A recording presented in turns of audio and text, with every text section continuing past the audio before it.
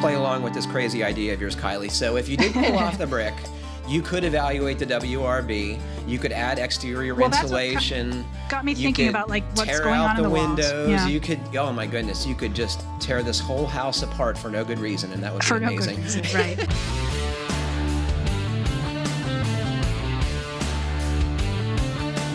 Welcome to the Fine Homebuilding Podcast, our weekly discussion of building, remodeling, and design topics aimed at anybody who cares deeply about the craft and science of working on houses.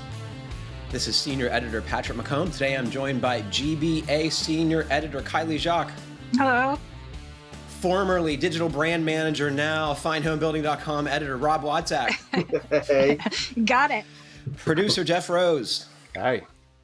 So Rob, how long have I been calling you the wrong thing at the introduction of the podcast? So to tell you the truth, and why didn't you tell me? No, to tell you the truth, like my responsibilities haven't really changed. I think it's just more that editor of FineHomebuilding.com is a more accurate description of what my role is.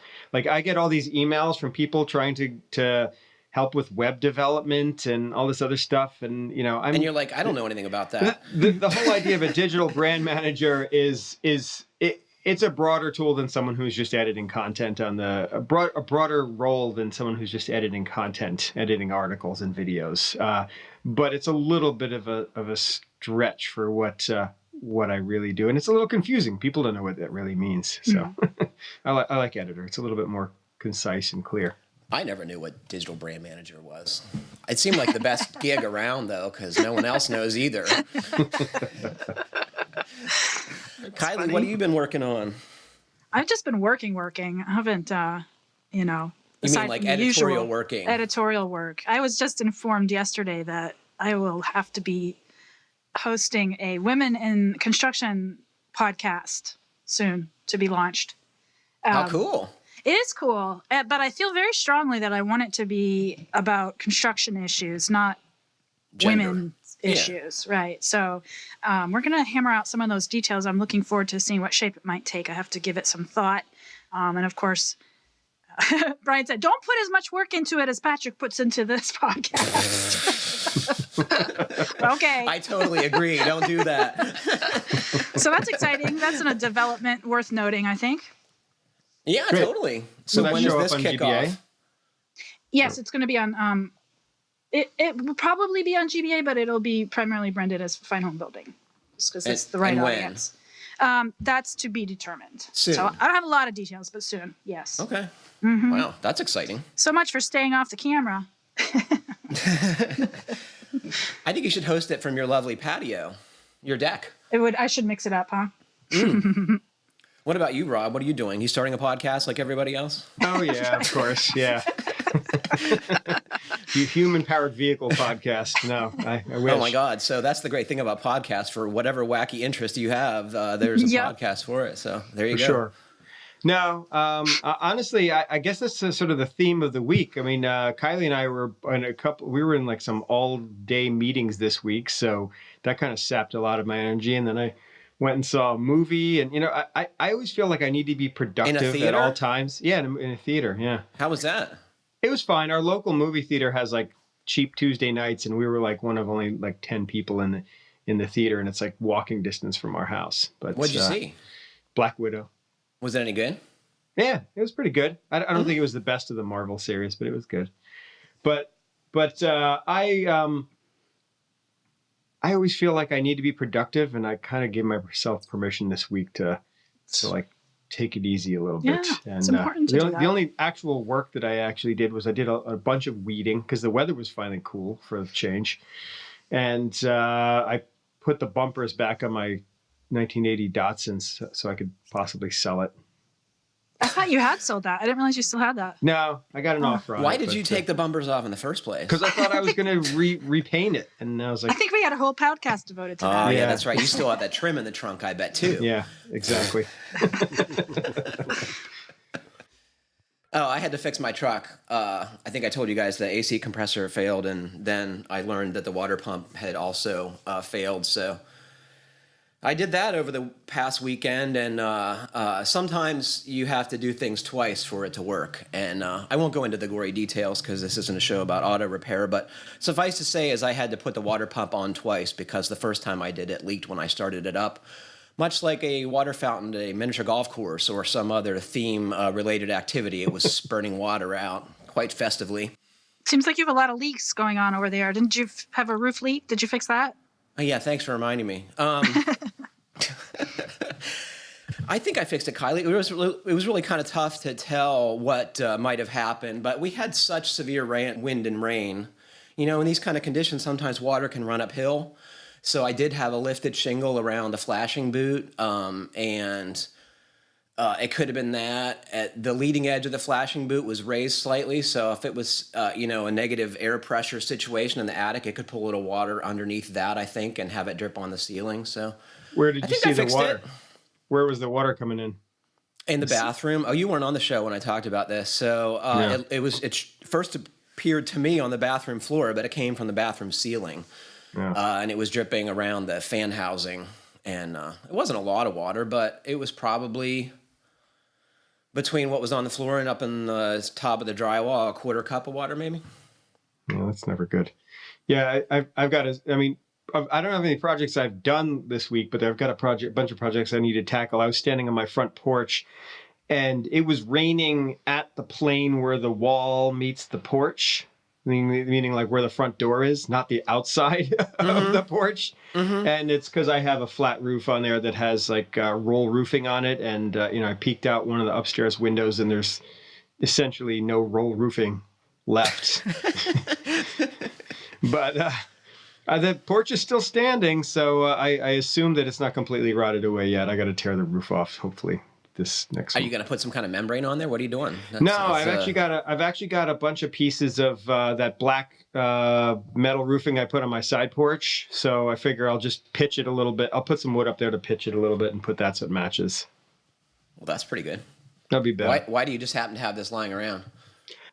It was just like there was an odd number of pieces because the old porch, I had to kind of notch around something. So the piece that was like a drop from the is just the right size to fit the front one. That's pretty cool. Right? How about you, Jeff? You still thinking about stuff? Yeah. Yeah, working in the yard. That's about it. I've been watching Carol spread 5 yards of mulch. We couldn't You have popcorn in your lap while you do? I kind of have to peek out though so she doesn't realize I'm watching, but that's fun. It looks fantastic. All kinds of stuff is blooming right now. I couldn't tell you what any of it is. This is my least favorite part of the year when it comes to my garden, because I have 4 very old sycamore trees above me, and so it's just bark, shreds of bark everywhere. It's those are such messy trees. I probably say this every year. Anyway, it makes that's the the garden great thing look is terrible. it reminds you every year. Yes. Yeah. Jim wrote us about his heat pump water heater, which I think is pretty interesting. I have a Rheem heat pump water heater that I installed in my basement, not only for energy savings, but also to dehumidify and cool the basement. For the first several months, I'd frequently be greeted by a cold shower in the morning. Calls to tech support were largely a waste of time, although I did eventually get a controller board replacement, but that didn't help much.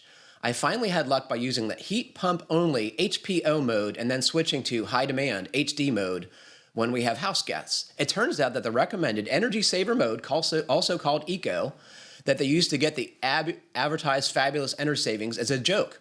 The chart below from their service manual shows that in the energy saver mode, the controller allows the water temperature to fall to 95 degrees before starting the heating cycle. Yeah, that's right, 95 degrees Fahrenheit, which is also known as lukewarm. I'll bet if they let it drop to room temperature, they'd get even better energy numbers. So Jim included a little chart that shows his, the temperature kick in for the various functions on the heating cycle. So I thought that was pretty interesting. That does sound kind of low, 95 degrees. I find the optimal shower temperature to be about 100, so I think that would stink. Yeah, it's. I mean, the eco modes. There's, we've got cars, appliances, all kinds of things with eco modes now, and a lot of them have bypasses. I mean, in this case, I'd really like to know, like, what's the difference between the energy saver mode as far as consumption goes, and just the normal heat pump mode. I mean, it seems like the heat pump mode is really the way to go.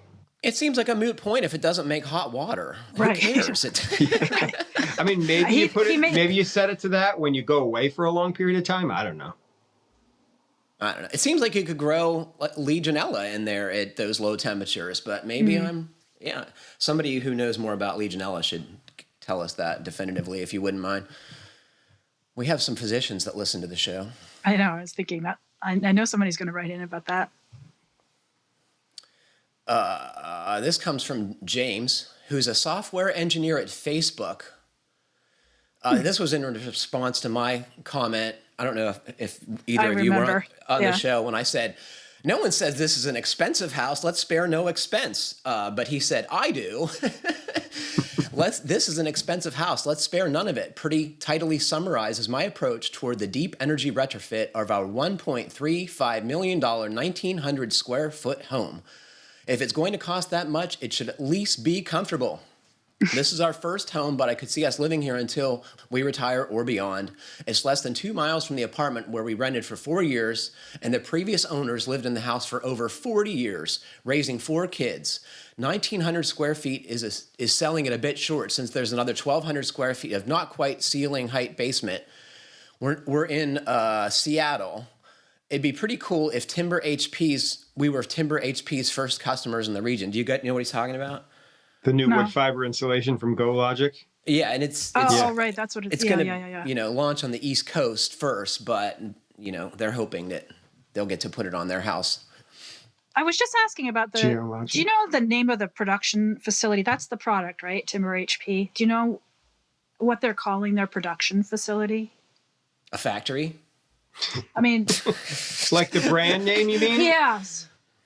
Because it's always like Go Lab's production facility for wood fiber insulation. Do they have like a name for it? I'm pretty sure I saw. Exactly. It just this came up the other says day. Go Lab. Yeah, I mean Timber HP guy by Go Lab on the website. Go Lab is confusing because it's like there's Go Lab, there's Go Logic, there's Opal Architecture, and now there's Timber HP. So it's all very confusing. I respect everything that they do there, but maybe they do need some help with the branding. Anyway, we digress. I thought this was very interesting, and I guess if you do have the $1.3 million house, that it should be comfortable. At the very least. Well,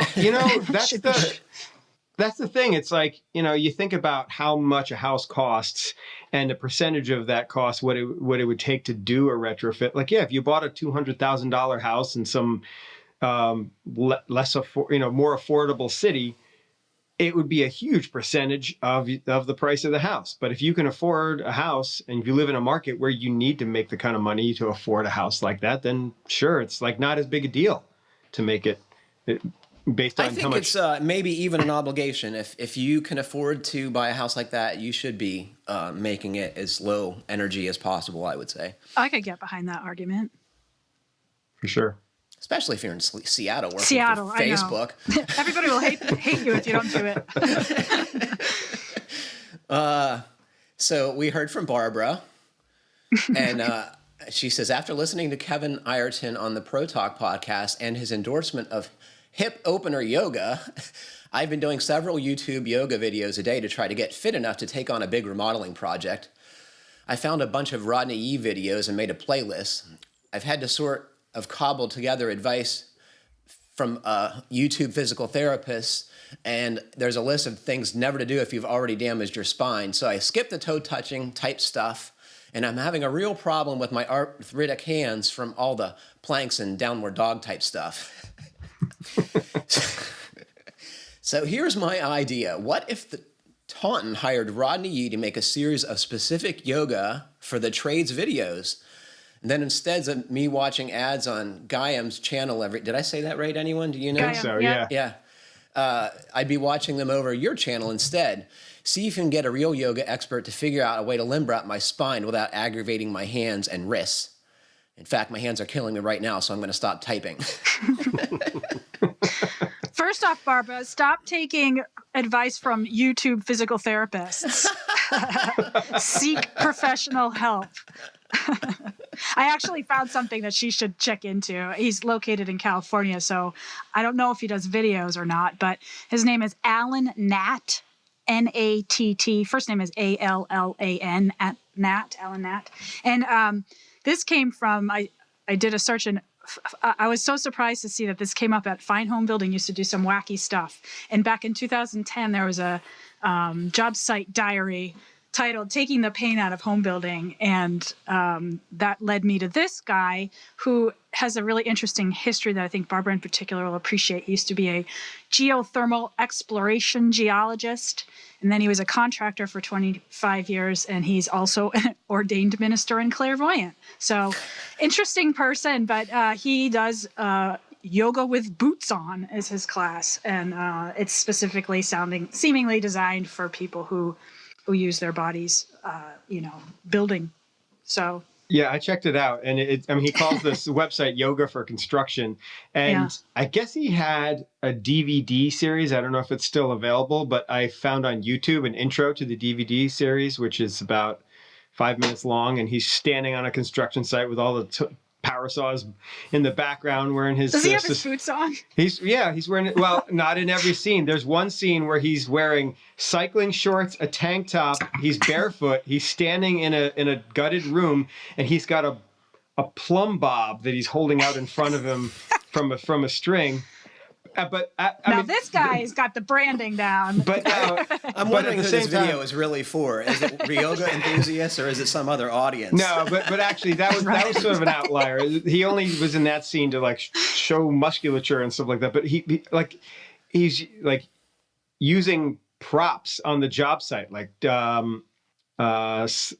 spackling buckets and step ladders and scaffolding and all these other things. I mean, the whole idea is that, we abuse our bodies, especially tradespeople, abuse your bodies. And then you just feel like you just kind of keep moving and you never really make time to sort of like take care of yourself. And this guy was saying even like 5 minutes a day on the job site of some of these stretching exercises, not just to stretch and limber up your body, but just to sort of like calm and center yourself, because it's so easy to get, when you got a million things going on a project, to get like frazzled, And also when you're rushing, you're not, the ergonomics and your body mechanics are typically off. So you're increasing the likelihood of damage because your form is off, right? Mm-hmm. I mean, it's hard to keep good form when you're working that kind of job 8, 9, 10 hours a day.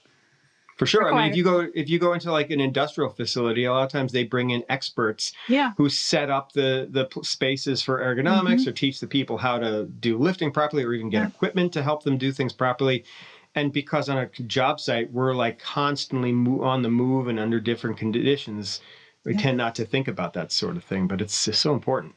You tend not to think about it until you're in your 40s or 50s, and then you start suffering. You can't stop thinking about it because you're in pain. Mm-hmm. Yeah.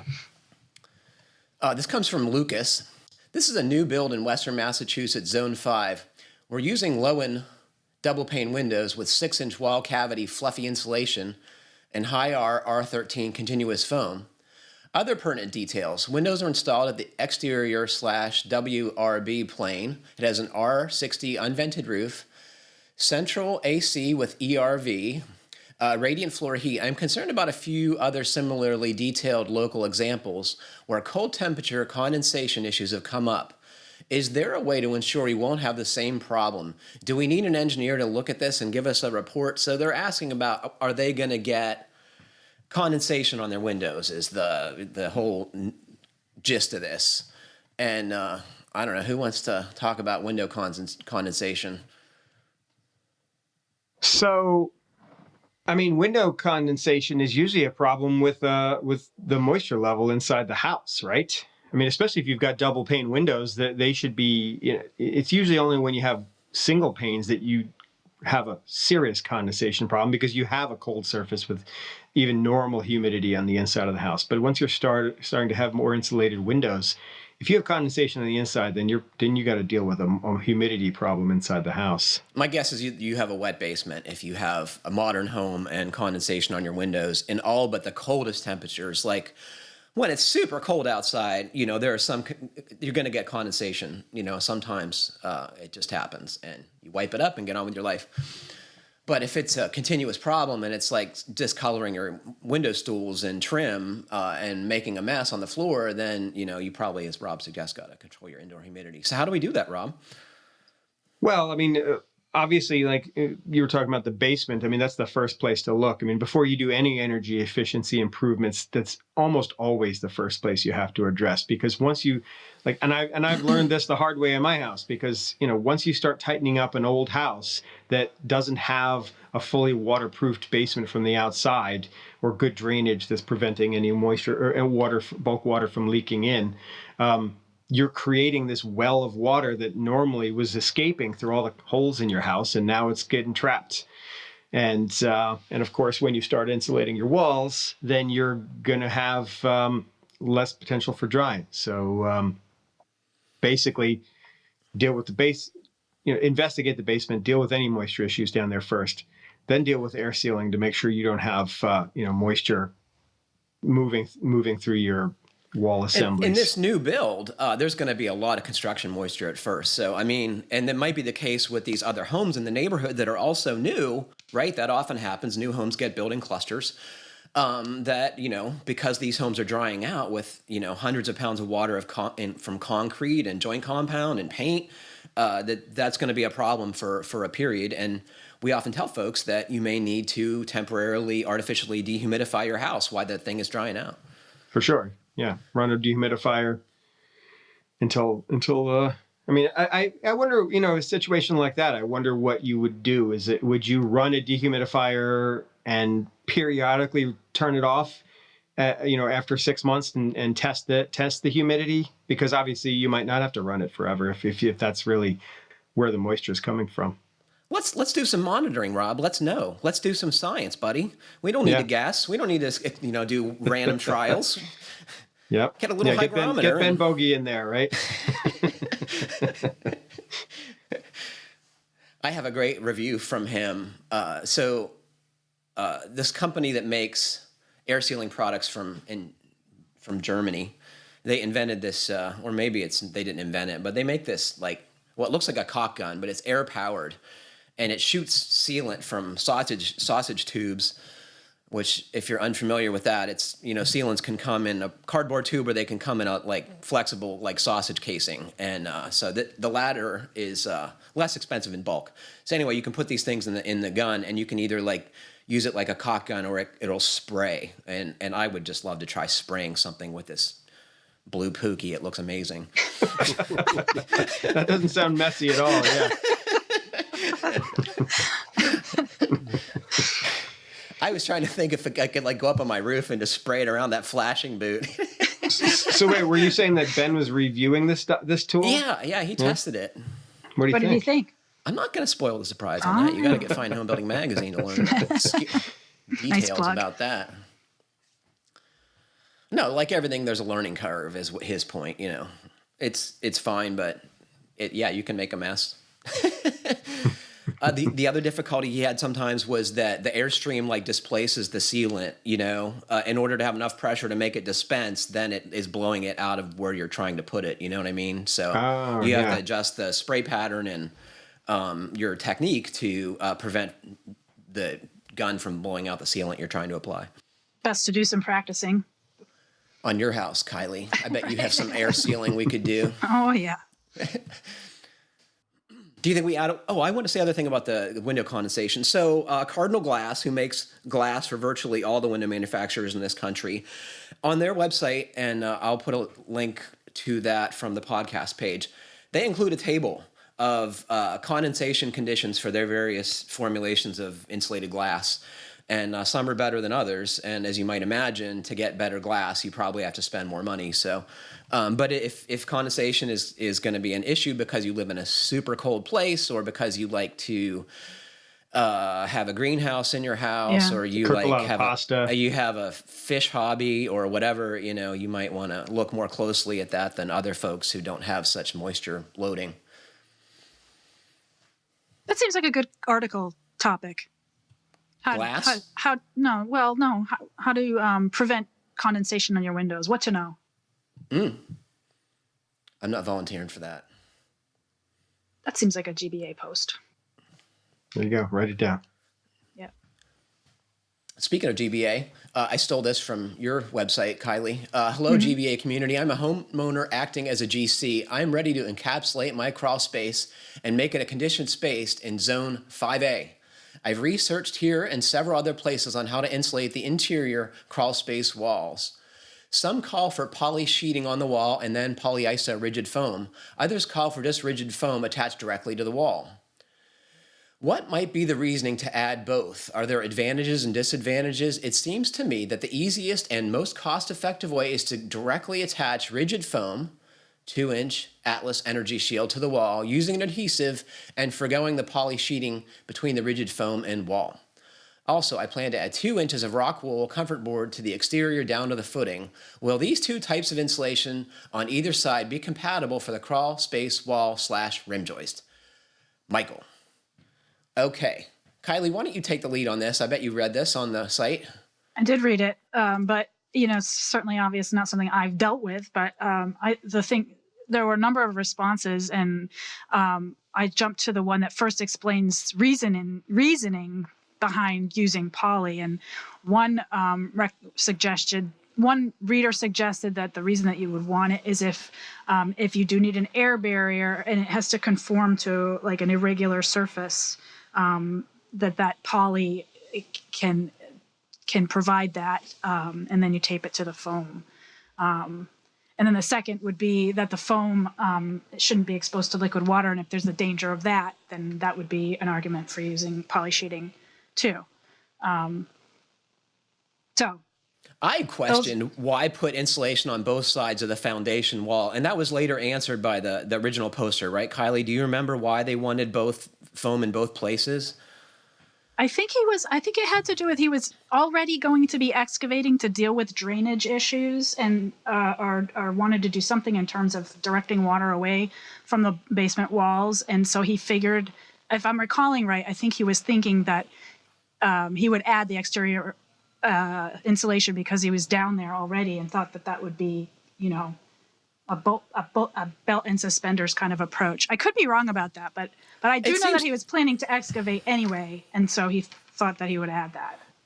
So other respondents made the comment that it's often easier to insulate on one side of the wall, right? You don't need to dig up the front of the house to insulate if you do it on the inside of the crawl space. And Michael did have a good reason for doing that, and that sounds like very plausible because mineral wool is a good drainage capillary break, right? It's very vapor open, and it would help prevent water from getting in there in the first place, would be my assumption. It almost seems like if he's going to go through the trouble of doing that exterior work and have the foundation completely exposed, then the easiest thing would be to just do the whole job from the outside, though. I think the difficulty there, Rob, might be the transition. If you have 4 inches of insulation and then getting up to the house, that's going to look potentially pretty wonky, right? I think he did mention that would look weird, yeah. Yeah. Yep. For sure. Do you have any thoughts on this, Jeff? No, not really. I mean, just nothing that hasn't been covered. Yeah. I picked this because I thought it's a really kind of mainstream question. If you have a wet crawl space, this is what you got to do, right? I like the idea of the poly because the thought of my foam being water pouring out of it kind of gives me the willies. I would want it to be protected from bulk water. Can we talk about the lapping of the poly? Because somebody made a point that, how far up the wall to run it. And somebody suggested that he prefers to run it all the way up to the wall. And I thought his reasoning for it was interesting. I'm going to read it. He says that it makes, you run it all the way up the wall and then insulate over it. It makes the sealing step a little simpler since the poly is the only barrier everywhere. And it's the only thing needing to be detailed. So once the poly's up, you can insulate over it without worrying about air sealing. In other words, I guess there's a bit of a trade-off there. Like there's more material in the form of poly, but it's simpler in terms of how much air sealing taping you're going to have to do. Yeah, sure. So, yeah, there's fewer transitions, I think, is the simple or the the way to put it, right? It seems like that's a great idea. I like the idea of going up to the mud sill, because while you're waiting for the sealant to dry, I mean, if you're using tape, that's great. Tapes are expensive, but if you're using caulk or acoustic sealant or whatever, you could staple the poly to the mud sill while that sets up, right? And you don't have to figure out some temporary way to hold it there. It's going to stay there. Yeah, because dealing with attaching things to concrete is one of the most annoying parts of construction. So, well, Rob and I are carpenters at heart, right? So we hate anything that's not wood. If it's wood, we can make it work. All right. Do you think that was helpful? Yeah, I did see an old Q&A post from years ago on GBA where people were debating the whole idea of interior and exterior basement or crawl space insulation, and really the only argument against it is if people were doing exterior with the thought that they were going to get some thermal mass from their masonry, that they're minimizing that by putting insulation on the inside as well. But I mean, in a situation like this, I think it's just a matter of, it makes sense for the ease of installation and transitions to all the existing surfaces. That's very well put, Rob. Thank you. Yeah.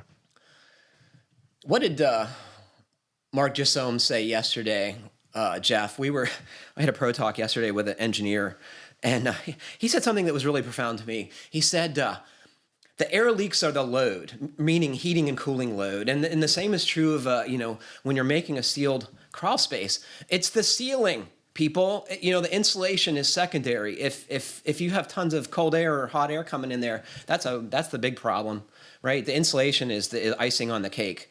Right. Do the ceiling. Yeah, and we've said this many air times. Sealing. Yeah.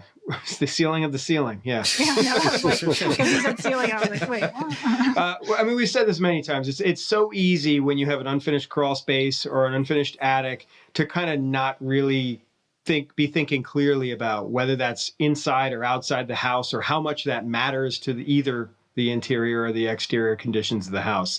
And it's always this gray area that probably has some of the biggest holes and issues. And it's easy to ignore, because who the heck wants to go crawl around in their crawl space and check out look for spider webs? Well, they're everywhere. I'll tell you already. You don't need to go in there.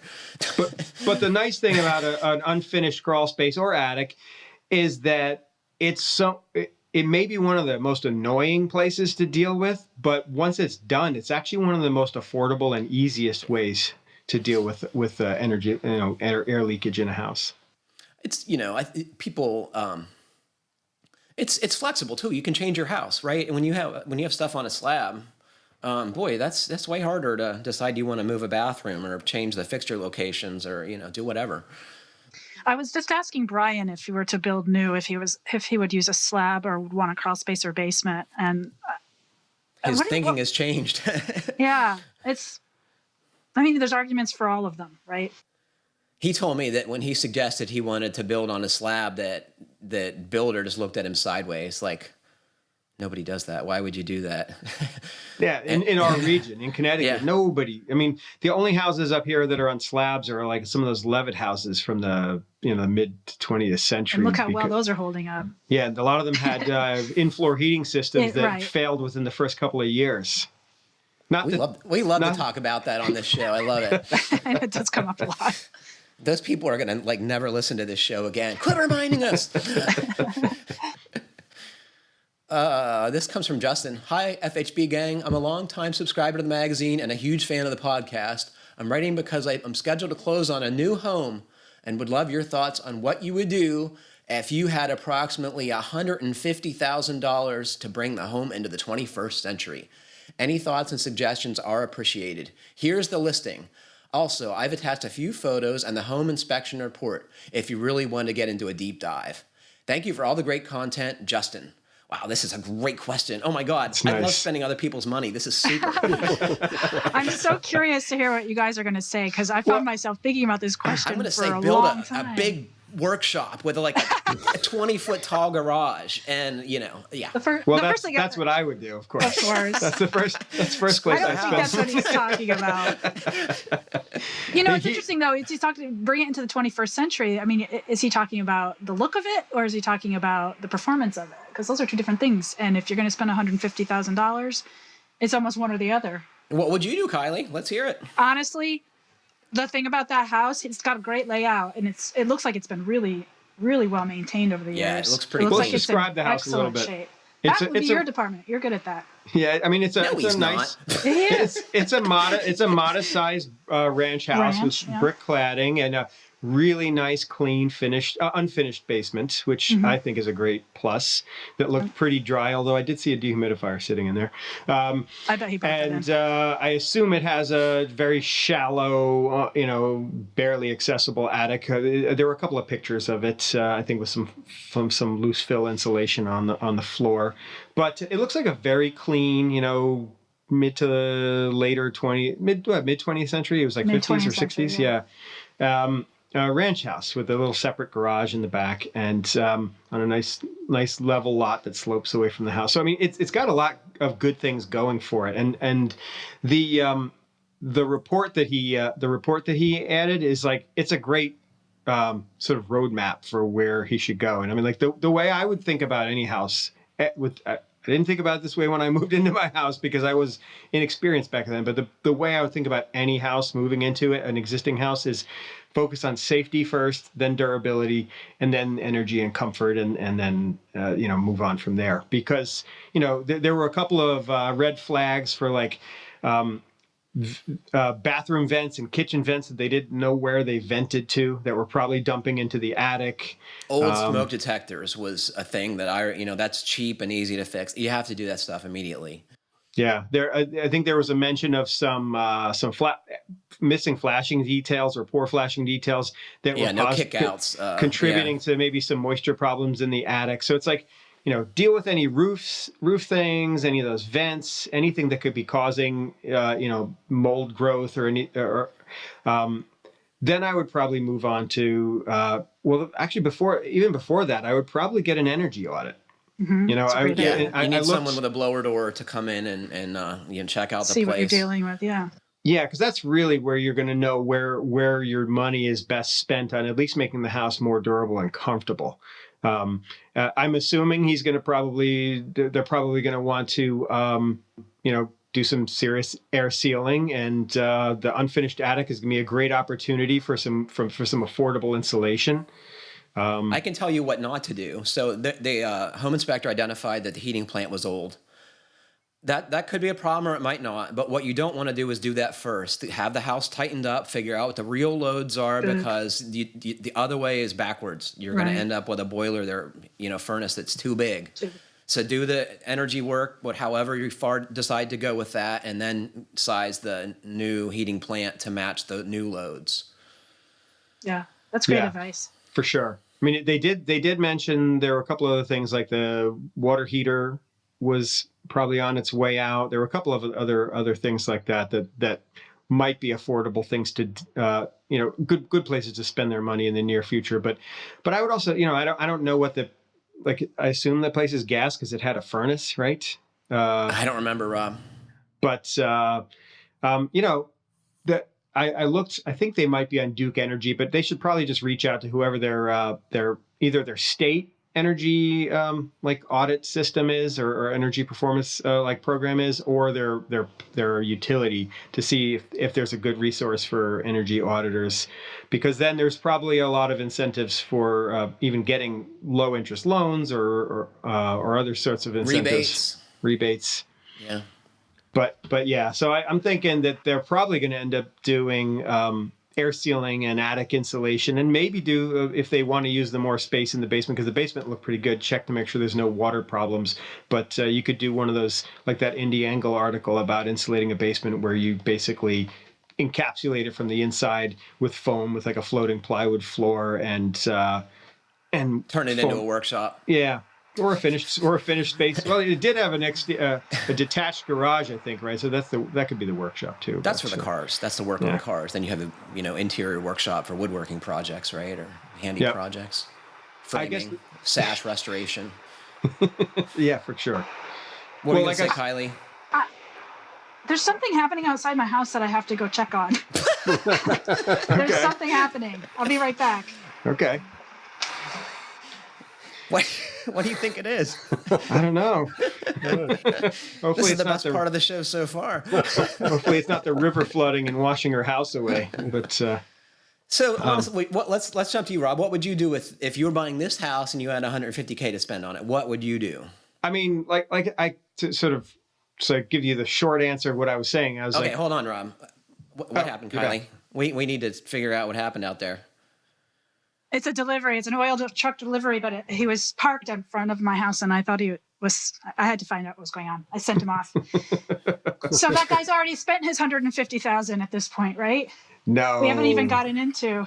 No, we're in pretty good shape here. I think the energy audit, inspection of the basement for any moisture issues, then go on with your air sealing and insulation plan. I don't know what they would want to do with walls, because with the brick cladding and not knowing what the WRB is like underneath that brick cladding, I don't know. I mean, would we be attacking the walls? It's a nice finished space. I kind of feel like you're going to just make the best of it with the attic and basement. The leaks are the load. Keep that in mind for today's theme, right? It's like, for sure. Yeah. So seriously, dealing with roof issues, dealing with the air sealing, dealing with at least the attic insulation, and then moving on from there to mechanical loads. Can we talk about aesthetics a little bit? Sure. Yeah. Because he might have that in mind too. So I debated about this, because if you want to bring that home is of the time frame that I've really come around to appreciate ranches, and I've done a number of articles about doing what he's wanting to do, which is, bring it into the 21st century. So oftentimes they wind up taking on a real modern feel, just because they lend themselves to that so easily, because it's such a simple structure, and all of those, strategies work well in that kind of house. But anyway, there's part of me that would want to reclad this house with fiber cement board. I just think that would really bring it into the 21st century. There's a very So you're going to pull off the brick and put siding on it? I know. Oh my goodness, that's just horrible. I know, and especially since it's not in terrible. I mean, it's in great shape. So I don't have a great argument for that, except for I just think that cladding makes it look really dated. It gives it kind of a. That's just my big fat opinion. If it were my house, here we go. I would want a different look to it. I'm gonna just play along with this crazy idea of yours, Kiley. So if you did pull off the brick, you could evaluate the WRB. You could add exterior insulation. That's what got me thinking about what's going on in the windows. Walls. Yeah. You could. Oh my goodness, you could just tear this whole house apart for no good reason, and that would be amazing. For no good reason. Right. Yeah. So that's the thing that I would want to do, and of course, there's wall-to-wall carpeting throughout. So that's get rid of that. That's got to go. That's a no-brainer. That alone will make a big difference. Yeah, I imagine a decent amount of the money is going to be spent on aesthetic interior stuff. Like the bathrooms look like they've got diagonal white tile floors. Maybe they like that. I don't know. But the kitchen looks like it's decent. But see, I thought the opposite. I thought the kitchen needs a total. Well, Rob's been living with a kitchen that's been torn apart for months at this point, or maybe a year. It's really a matter of, I know people who have lived in their houses for 10, 15 years and had kitchens that they were just like, hey, I don't want to spend my money on this. But it's clean. I'm sure they're going to want to update some details in there. But really all that stuff, it's hard to say because it's up to people's personal preferences. I don't know if when they say the 21st century, if they're also talking into home automation, but that's a topic that we need to dig into a little bit deeper in the magazine because it's becoming so huge. And personally, I try to avoid my home being under the control of AI systems as much as possible. But So that is in process, Rob. Our freelance editor, Ted Cushman, who spent a long time working for Hanley Wood at JLC and is a very gifted construction journalist, is exploring that very concept with, technology / home integrators, these folks who make your home network work and secure. And secure is an increasingly important part of it, because with people working from home, and if you work for a big company, your home network is a vulnerability for the entire corporation. Like that's how Russians are breaking into big companies and, holding their data and systems hostage. So that's a huge part of it. Yeah, and, that's a good something point. I hadn't really thought about, right? Yeah, That left you sure. speechless, Rob. Yeah, I mean, I hadn't really thought about it like that. I mean, I've had relatives who had sensitive jobs where they this is even before most people could ever work remotely, who had like these little cards that had a little digital readout on it that changed on some algorithm with some key, some like code that was also in the computer system changing on the same algorithm, so that I don't even know if you should be talking about this. That's probably well, like I didn't say who it corporate was. secret. I didn't say who it was, but basically, it's like the computer system had a code that was changing it all at the same time, and you had these like little remote cards, and but yeah, no, there's all that's probably an antiquated system by today's standards. But I think the best way to keep safe is to not be connected. I was going to say, did you see live in that? a cabin in the woods. Was it Matt that shared a product, or somehow we were all talking about having your washing machine hooked up to Wi-Fi and how you couldn't run a load unless your internet was working? I mean, I was like, oh, so ridiculous. I mean, It's so ridiculous. I don't need that. I just need a knob.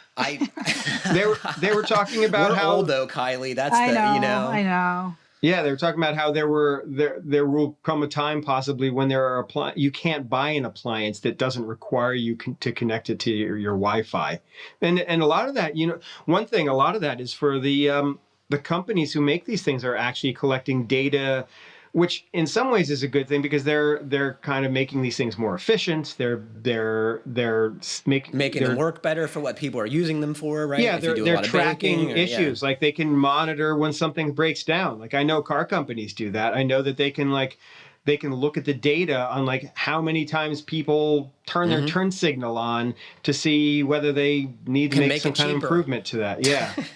Right. It used to be you just call and complain and nothing would happen. What is this? Are they going to make changes in response to this data or what? It's funny, we get marketing materials from the appliance companies all the time in the Fine Homebuilding editorial inbox, and one like ad for some appliance manufacturer, I don't remember who it was like advertising the new Wi-Fi connected, range, their oven, and it showed this attractive woman like typing in her phone, the temperature to start her oven, and it's like 3 feet away from her. So silly. Yeah.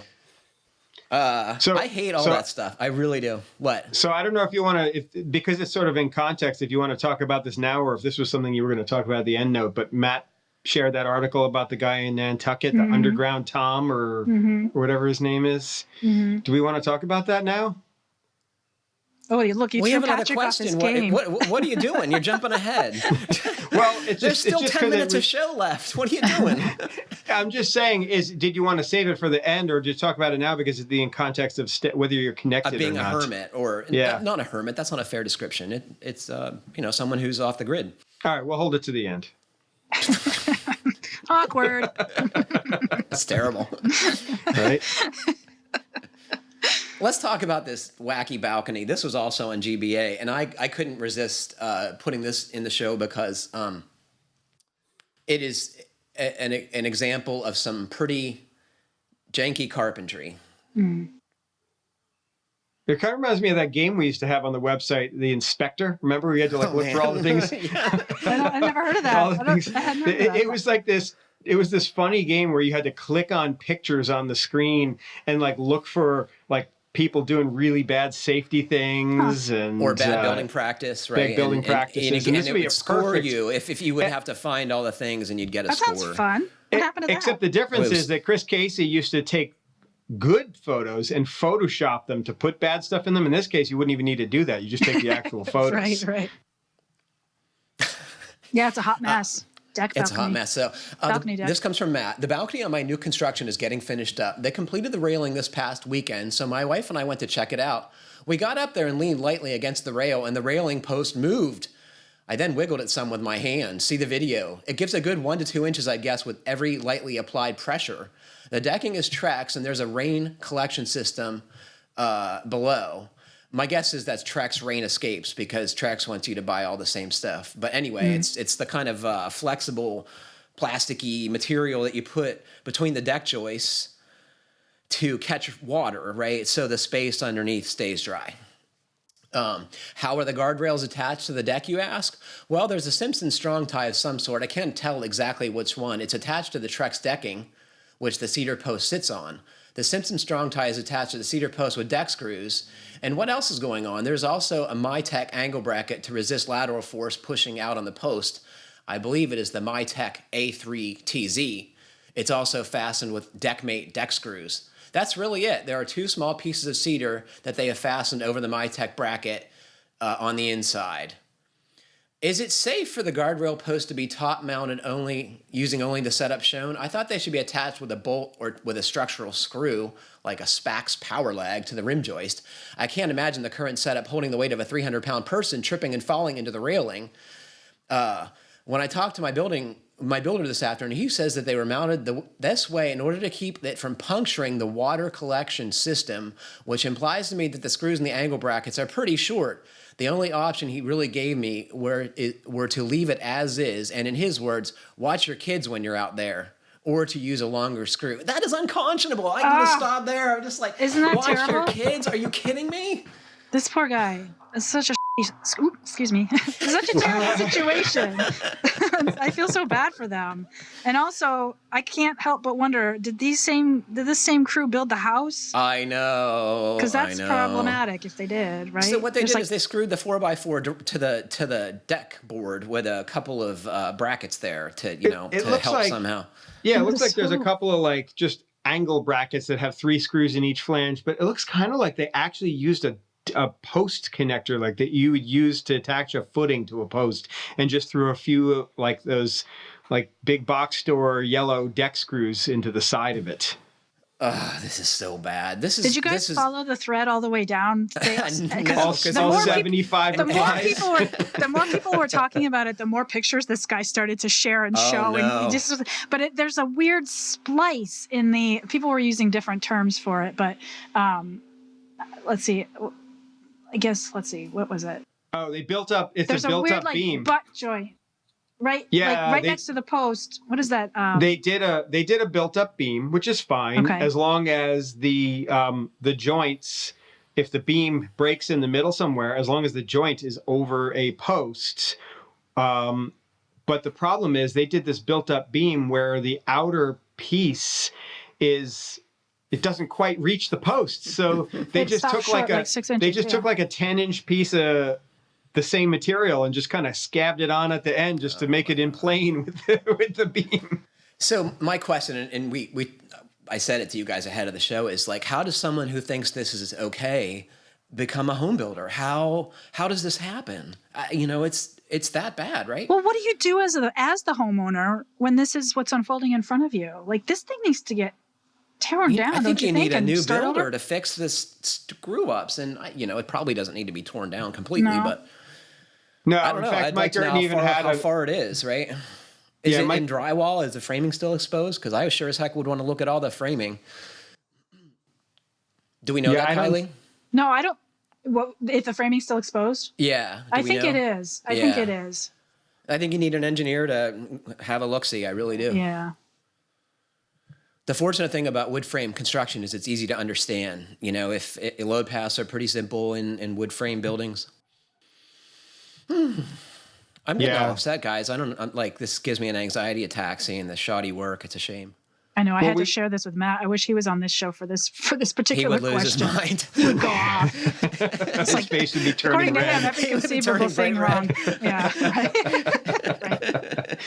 So there are, like you said, there are always ways to fix it, depending on how far along or how buried some of the details are. It's determines how difficult it is to fix. Those posts need to be attached to joists, and Trex has details on how to do that with their products. I'm sure the other companies that make that stuff do, unless they're using some kind of hayseed system, and that wouldn't surprise me at this point. But there are details to put a post through, these drainage systems.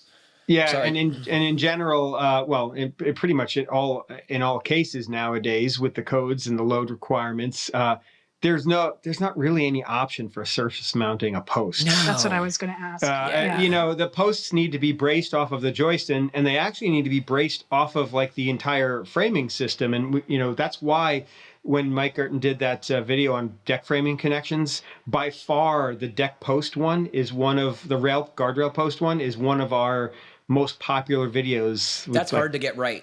Yeah. The loads are very high.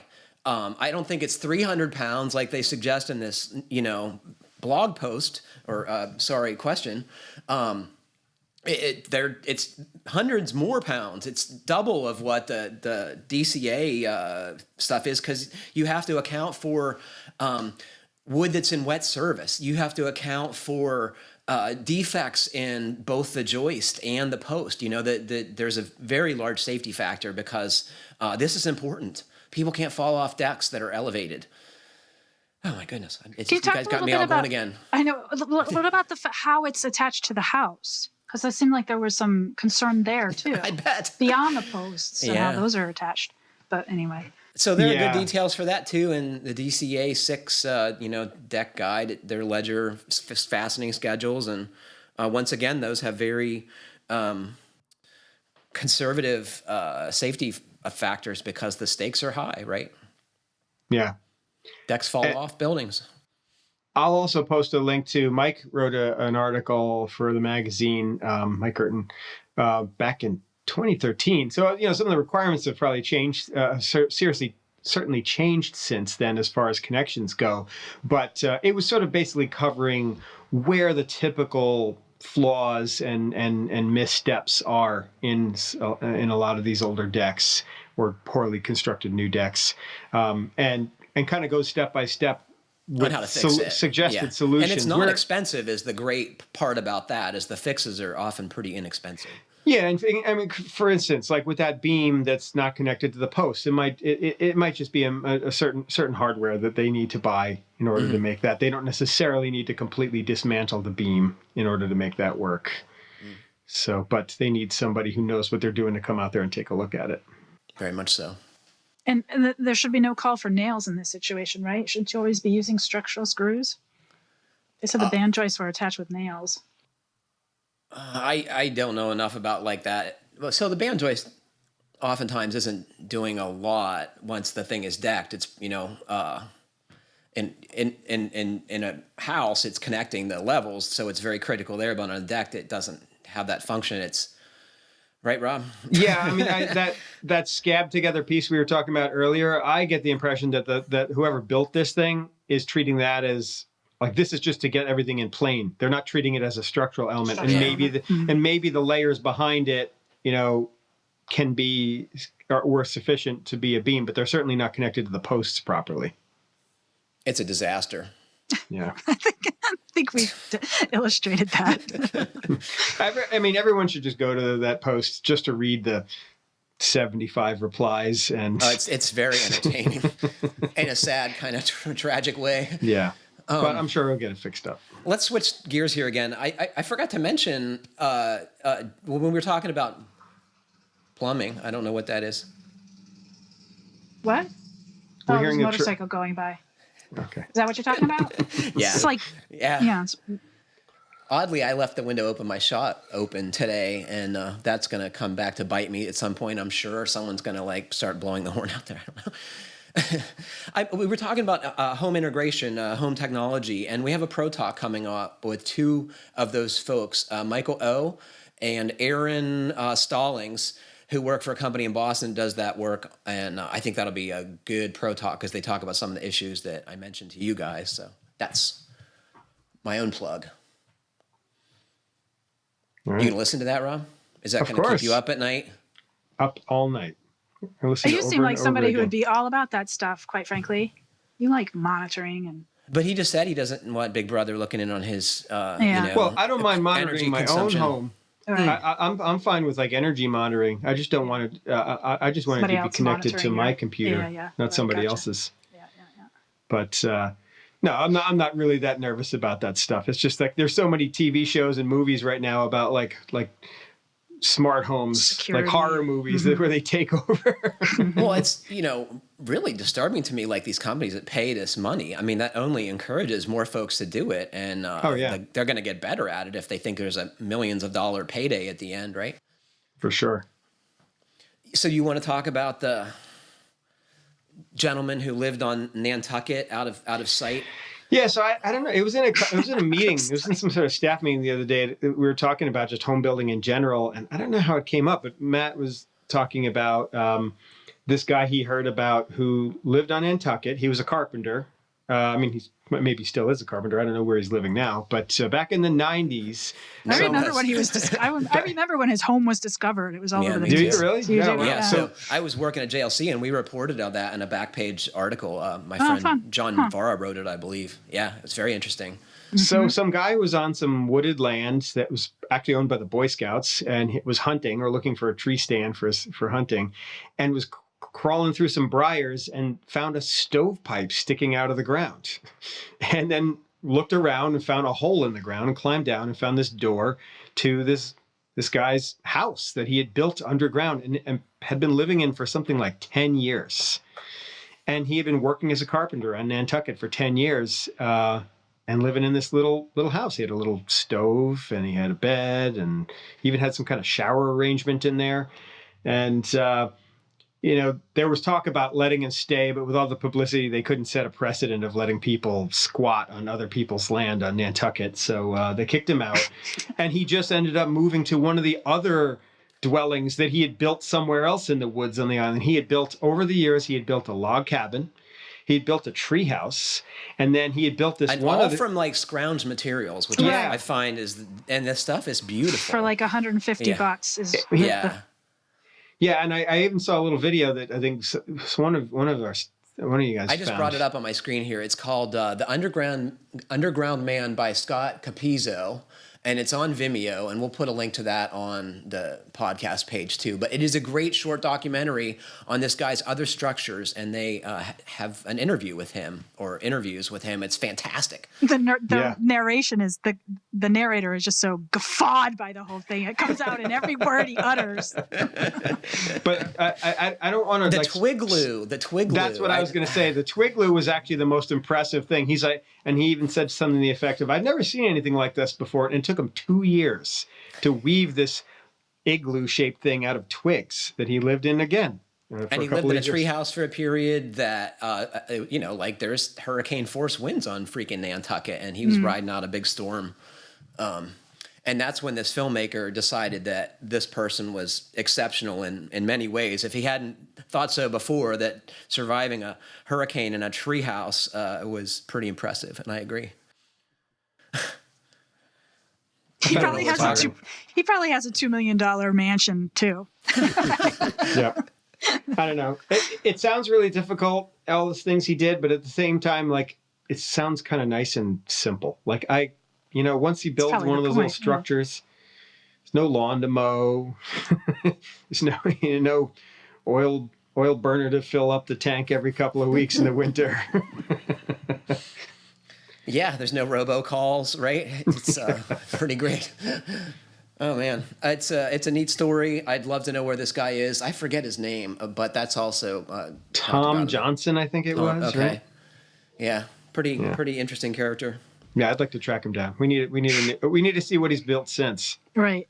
Oh my God, maybe a pro talk. Wouldn't that be cool? So I want to plug your website, Kiley. I read Allison Bale's recent GBA feature on 6 ways to improve ducts in an unconditioned attic. Wasn't that great? this is So useful. really, really good stuff. Yeah, and there's so many homes built this way. This is what you do about it. And that you no can't one's gonna, right. You can't no one's going to move their ductwork into the conditioned part of the house who has attic ductwork. There's just better ways to spend money. But this is a way you can actually make a big improvement in your house. Yeah, really practical information. He's so valuable that way. Allison. So is it really only 6 ways? Because on his website, there's one that says 7 ways to improve ducts. So did he's trying to one up He us. only shared 6 with us.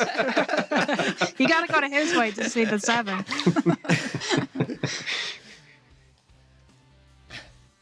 Well, I encourage everyone to check it out, because even if you don't have attic ductwork, you can tell your friends at a card party or whatever cocktail party how they can improve their ductwork. They'll love that conversation.